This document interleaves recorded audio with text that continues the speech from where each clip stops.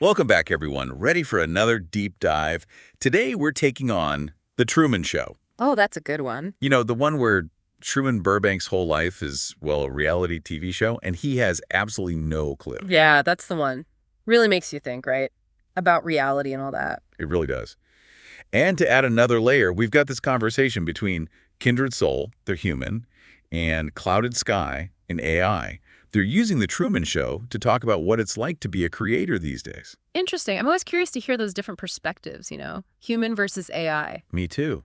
KindredSoul brings all this raw emotion to the table. All the worries a creator has in our digital world.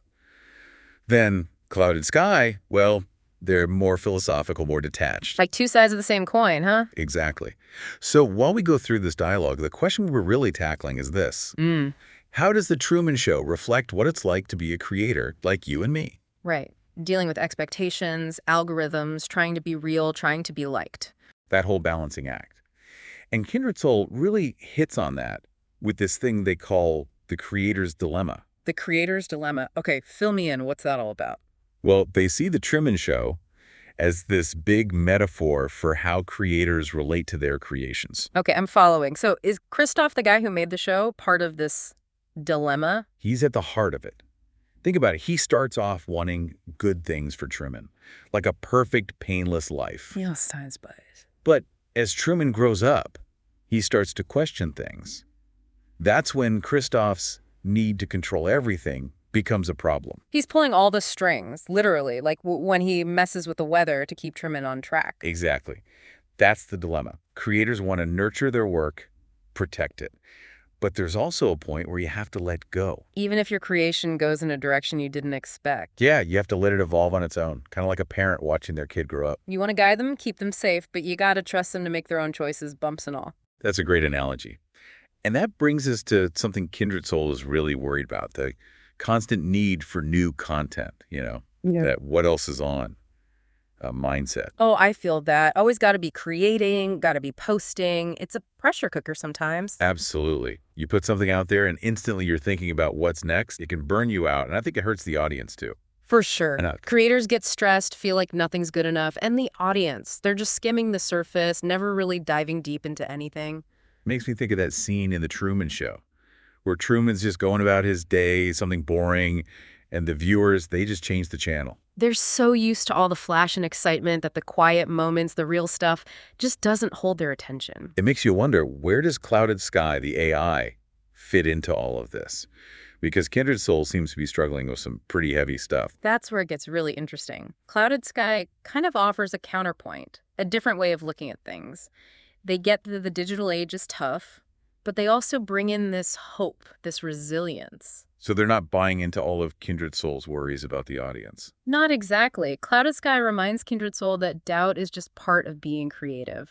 It's easy to get discouraged when you don't see results right away, but Clouded Sky says the important thing is to focus on the act of creation itself, not the validation that comes after. That's something I need to hear more often. It's so easy to get caught up in the likes, the follower accounts, all that. Right, and you lose sight of why you started creating in the first place. You almost become like Truman, performing for an invisible audience. Instead of trusting your own gut, your own creativity. It's really an interesting parallel, isn't it? How The Truman Show can be this metaphor for what it's like to be a creator. It's so easy to get caught up in the show, in the performance, and lose sight of the creative process itself. So Clouded Sky is saying, focus inward. Find joy in just making something, not in whether it gets applause or not. Exactly, and I think there's a lot of truth in that. I mean, think about it. So many amazing things were made by people who didn't get recognized right away. Works that were rejected, ignored. But Clouded Sky says, even if a creation doesn't blow up overnight, it can still touch the people who connect with it. So it's not always about reaching millions, but about making that genuine connection, even if it's with a smaller group. Exactly. And this leads us to something else. KindredSoul brings up the idea of a monument of shared experience. A monument. That sounds intriguing. Tell me more. It's this beautiful way to describe how every creation, no matter how small, becomes part of the human experience. Like each piece of art, each story, each invention adds another brick to this monument. I love that. It's like we're all leaving our mark, even if it's not obvious right away. Right, and it plays into KindredSoul's concerns about history and algorithms. They talk about how history tends to pick and choose what creations get remembered, and algorithms, they're becoming a bigger part of that process. It's true. What's hot today might be forgotten tomorrow, and sometimes things come back from the past. It's this constant filtering, and I wonder if algorithms are becoming the new gatekeepers. KindredSoul seems to think so. They even use this term overmind to describe how our tastes and values are being shaped. Overmind. That sounds a little ominous. What do they mean by that? It's an interesting idea. Like, imagine this force that curates what we see and hear and read, influencing what we think is important, what we think is good or bad. It's not some evil mastermind, right? No, not necessarily. More like a combination of things. Algorithms, media, cultural biases, they all work together to shape our perception of the world. Like how social media shows you things based on what you've liked before.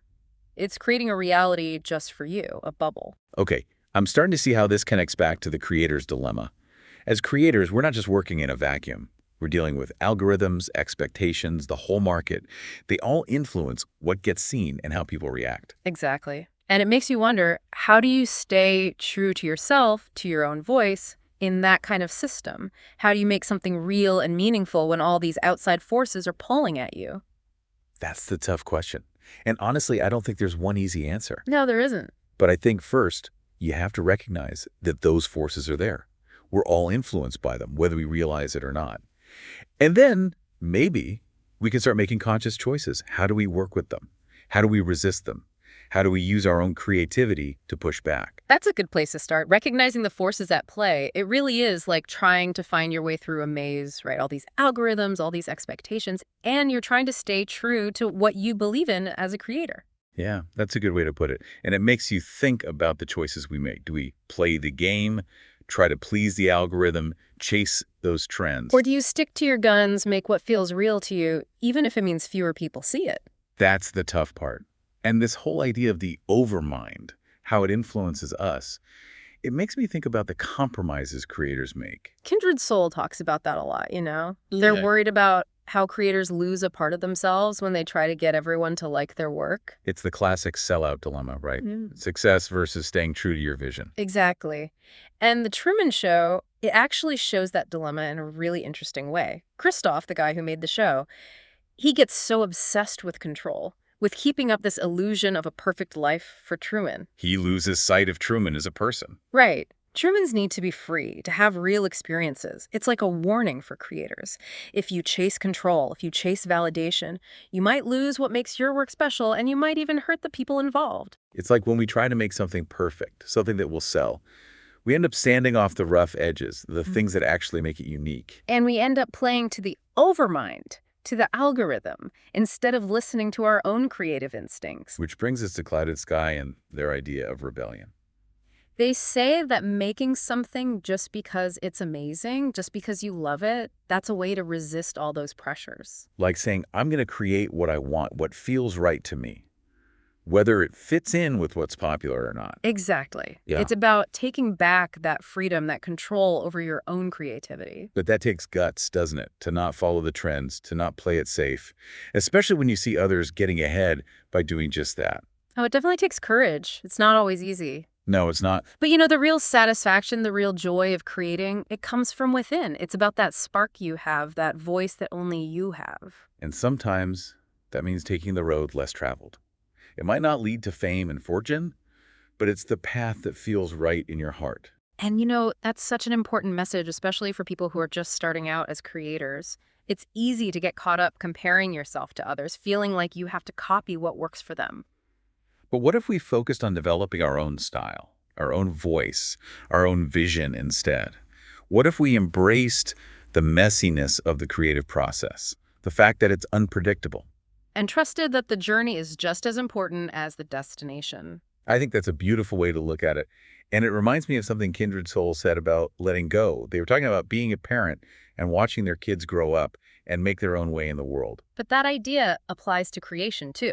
It does. It's like realizing that what we create, like our children, they're not ours to control completely. They have their own life, their own potential. Our job is to help them grow, to guide them, But ultimately, we have to let them become what they're meant to be, even if it's not what we planned. It's about letting go of that need for control, Hmm. which can be hard. But if we want our creations to truly flourish, we have to do it. Trust the process, trust our gut, and trust that even if something we make doesn't become a huge success, it still has value. Because every creation, every little spark of inspiration adds to that monument of shared experience. And sometimes, the most powerful creations, the ones that touch us the deepest, they're the ones that stay hidden. The ones that haven't been seen by millions of people, but they still have the ability to move someone who finds them. That's a really beautiful thought. And it connects back to this idea of these bigger entities we've talked about, these legal persons like corporations or governments. They go through the same struggles. Trying to balance control and freedom. Yeah, they want to create these perfect environments, these perfect systems, but they have to deal with people changing, growing, pushing back against those systems. It highlights how this tension between the individual and the group, between wanting control and wanting freedom, it's everywhere. It is. It's a fundamental part of being human. It's like we're all part of this big experiment, trying to find the balance between order and chaos, stability and change. I like that. It's this constant dance between opposing forces, and in that tension, that's where new ideas come from, new possibilities. That's how the world keeps moving forward. And maybe that's what makes creation so amazing. It's not about reaching some perfect endpoint, some static state of control. It's about embracing the fact that life is dynamic, unpredictable, a little messy. And realizing that everything we create, every way we express ourselves, it all adds to this ongoing conversation, this story that we're all writing together. It is, and it shows how powerful art is, how powerful storytelling is, how powerful any act of creation is. It's how we connect with each other, share our experiences, try to understand this world. It's like we're all Trumans in a way, living in our own little constructed realities shaped by what we've been through, what we believe. In the creative process, it's a way to break out of those limitations, to question what we think we know, to see things from a different angle, to be free. It's funny how we keep coming back to the Truman Show when we talk about being a creator. It's a powerful movie. It is. But why do you think it speaks to creators so much? I think it gets at something deep, something we all crave. Authenticity, connection, purpose. Truman's journey is all about breaking free from a fake world. Right. And facing the unknown. Exactly. Even if it means things get tough, uncertain.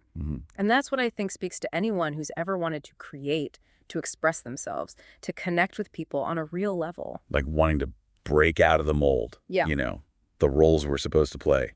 And just figure out who we are, what we can do. Yeah, that yearning to go off script. And the creative process lets us do that, doesn't it? It does. Explore those parts of ourselves we hide, try on different identities, challenge our own ideas. It's a journey, a self-discovery thing, and it often takes you to places you never expected.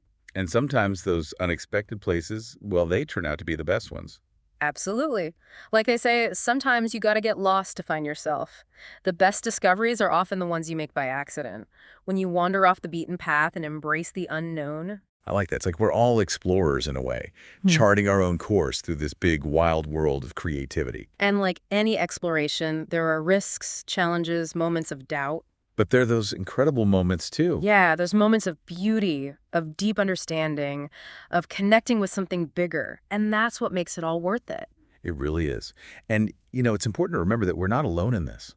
Like KindredSoul said, everything we make, big or small, it becomes part of this monument of shared experience. We're all building on what came before us, leaving something for those who come after. It's like we're all threads in this huge tapestry.